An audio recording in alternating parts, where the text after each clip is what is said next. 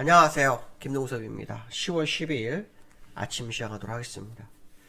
미국 시장이 오늘도 상승 마감을 하면서 4일 연속 상승의 모습을 보입니다.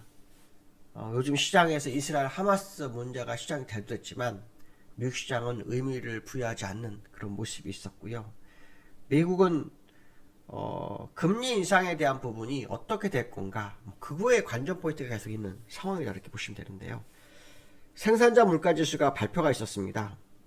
0.5% 증가를 했는데요. 시장 예상치 0.3%보다 더 강화된 모습입니다. 다만 전달 0.7% 증가보다 둔화됐다는 쪽으로 포인트가 맞춰집니다. 그러면서 미국 시장을 다시 끌어올리는 그런 상황이 됐죠. 결국은 시장은 자기들이 이론적으로 해석을 하는 그런 상황이 아닐까 싶은 생각이 듭니다. 그리고 의사록이 공개가 됐습니다. 지난번 FOMC에는 의사록 공개됐는데요. 그 내용을 보면 가장 기본적인 것은 데이터에 따라서 시장 대응을 하겠다라는 게 기본 원칙이었고요. 그 원칙 안에 과도한 긴축에 대한 위험도 고려해야 한다라는 주장이 상당히 많았다고 합니다. 근데 이런 이 FOMC 의사록을 보면서 요 근래 연준 의원의 발언이 상당히 중요했던 것 같습니다. 레피얼 보스틱 애틀란타 연은 총재가 어저께 그런 얘기를 했죠. 인플레이션 2%로 되돌리기 위해서 기준금리를 추가로 인상할 필요 없다라는 발언을 했었거든요. 근데 크리스토퍼 월러 연준 이사도 비슷한 얘기를 합니다. 최근 금융환경 긴축이 연준의 일을 대신하고 있다, 뭐 이렇게 얘기를 하고 있습니다. 결국 금리 인상이 어려워진 상황, 안 하는 상황으로 흘러가고 있는 것이 아닌가, 이런 해석을 한번 해볼 수 있고요. 이 영향인가요? 국채금리가 또 내려왔습니다. 10년물 4.55%, 그 다음에 30년으로 4.697%까지 내려왔습니다. 국채금리가 내려오기 시작했던 것은 사실은 두 가지 이슈죠. 금리가 동결될 거에 대한 기본적인 것과, 두 번째는 하마스하고 이스라엘 문제가 안전자산으로서 국채를 선호하게 된 상황. 그래서 국채 매수가 이루어지고, 그러면서 금리는 떨어지는, 국채 가격이 올라가면서 금리가 떨어지는 그런 상황으로 바뀌었다, 이런 해석을 해볼 수 있을 것 같고요. 또 유가도 그 중동 분쟁이 있었지만 영향을 전혀 못 미치고 유가도 오늘 하락을 했습니다. 한 2% 정도 하락을 해서 83불 정도까지 밀려버리는 그런 상황이 있는데요. 어저께 제가 유가 차트를 말씀드리면서 이격상으로는 좀 더 내려가서 옆으로 기어서 가야 될 거다, 그러면서 추세를 돌파하는 모습이 있어야 될 거다 라는 얘기를 했었는데, 오늘 추가로 다시 밀리는 그런 상황이 있었습니다. 어저께 제가 소비자 물가에서 13일쯤이라 했는데요. 소비자 물가에서 발표가 오늘입니다. 오늘 발표가 있는데요. 지난번에 유가가 급등했는데도 불구하고 소비자 물가 지수가 예상보다 둔화됐을 확률이 굉장히 높기 때문에 이게 만약에 오늘 둔화됐다면 시장은 환호를 하겠죠. 어쨌든 소비자 물가 지수의 흐름을 오늘 확인해야 되는 하루가 되겠다, 이런 말씀 좀 드리고 싶습니다. 특히 오늘은 위클리 만기예요. 사실은 미국 시장과 상관없는 시장의 흐름이 좀 있을 건데요. 어떤 흐름이 나오는지는 한번 지켜볼 필요성이 있겠다, 이렇게 말씀드리고 싶고요. 자, 보시면 나스닥 0.7% 올랐죠. 다우 0.19% 올랐습니다. 차트를 좀 보시면은 다우는 21선과 조우에서 끝났죠. 어저께 윗꼬리를 맞아서 여기 양봉이 나왔지만 윗꼬리가 길었잖아요. 그때 21선 맞고 떨어졌거든요. 근데 오늘은 21선을 걸치고 끝났어요. 종가상으로 걸치고 끝났습니다. 어제 오늘 차이점은, 어제는 윗꼬리 맞고 떨어졌는데 오늘은 아랫꼬리가 생기면서 장중에 0.3%, 4% 정도 하락했다가 그걸 다 회복하고 올라가는 그런 상황이 됐다, 이렇게 보시면 될 것 같고요. 그 다음에 나스닥도 한번 볼 필요성이 있는데요. 나스닥도 좀 보시면은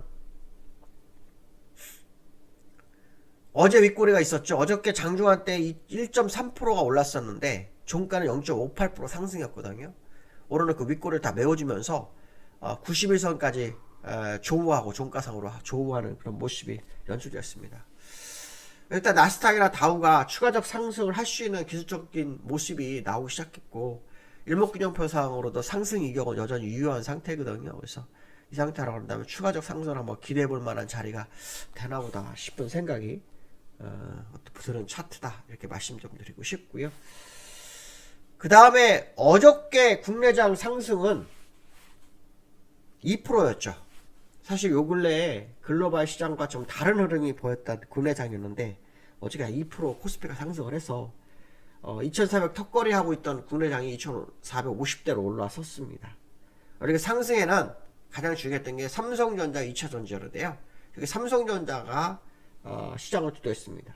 어저께 잠정 실적이 발표됐는데 매출이 67조였고 영업이익이 2조 4천억 정도가 되면서 일단 조단위 실적이 또 나오기 시작을 했죠. 시장에서는 호들갑을 떨어져 8만전자나 9만전자 뭐 이런 얘기도 하고 있는데 그건 뭐 지켜봐야 될 것 같고요. 어쨌든 반등기 나가면 서서히 올라오고 있죠. 아시겠지만 반도체에서 메모리의 어떤 바닥을 찍은 상태, 가격이 바닥을 찍은 상태의 모습이 있는 상태, 그죠? 그 상태에서 삼성전자의 흐름이 시장을 이끌어주고 있는데요. 삼성전자는 요즘 계속해서 나쁘지 않은 재료들이 많이 나오고 있습니다. 삼성전자를 한번 지켜볼 필요성이 있는데, 삼성전자 차트를 보시면요. 어저께, 그저께 계속, 어제, 오늘, 그저께 계속 공통점이 뭐냐면, 윗꼬리가 생기고 있다는 겁니다. 하지만, 종가를 높이고 있는 특징을 보이고 있죠. 삼성전자는,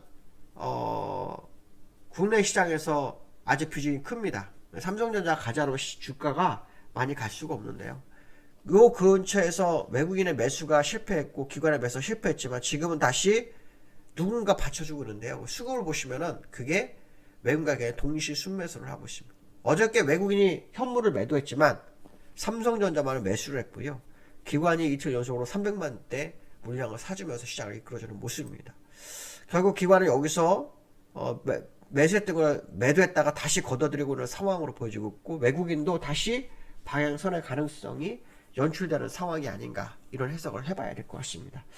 삼성전자의 흐름 오늘 보셔야 될 상황이고요. 오늘도 만약에 올라선다면 가장 중요한 것은 7만원을 회복하느냐의 싸움이겠죠. 7만원이 여기 보시면은 91선입니다. 91선을 물론 91선 잘 보지 않는 분들은 61선만 보면 됩니다. 61선은 종가상으로 69,000원이었기 때문에요. 69,000원이냐 아니면은 91선까지 가느냐 요 싸움이 될 거다 이렇게 보시면 될 것 같고요. 아까 미국 시장을 말씀드려서 이제 서브텍사 중진류를 말씀 안 드렸는데요. 서브텍사 중진류가 약간 밀렸어요. 어저께 제가 말씀드렸죠. 여기서 상승 이격이 없고 하락 이격이 더 높다. 그래서 유가는 이렇게 가서 이렇게 가야 될 거다라는 얘기 했었죠. 그래서 했었는데 오늘 2.8%가 빠져서 2부 48센트가 빠졌네요. 그래서 83%로 밀렸습니다. 지난달에 유가가 올랐는데요. 그때 최저점과 같은 가격이 되어버렸습니다. 그러니까 다음 달에 소비자 물가지수는 좀 낮아질 확률이 높아졌다 이렇게 해석을 해야 되겠죠. 어쨌든 시장의 어떤 중동 분쟁이 유가에는 전혀 영향을 못 미치는 것이 시장의 특징이다라고 보시면 되겠죠. 그 다음에 세 번째로는 고객예탁금이 4일간 5조가 줄었다고 합니다. 고객예탁금은 시장의 상승이나 뭐 어떤 하락에 어떤 중요한 역할을 하죠. 왜냐하면 예탁금이 많으면 상승의 분위기, 예탁금이 줄어들면 하락의 분위기 이렇게 되고 있는데요.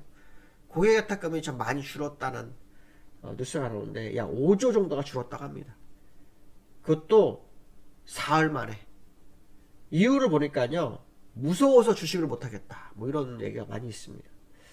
특히 2차전지 같은 경우 에코프로는 150만원 갔다가 79만원까지 밀렸었잖아요. 반토막 났다가 지금 84만원 되는데요.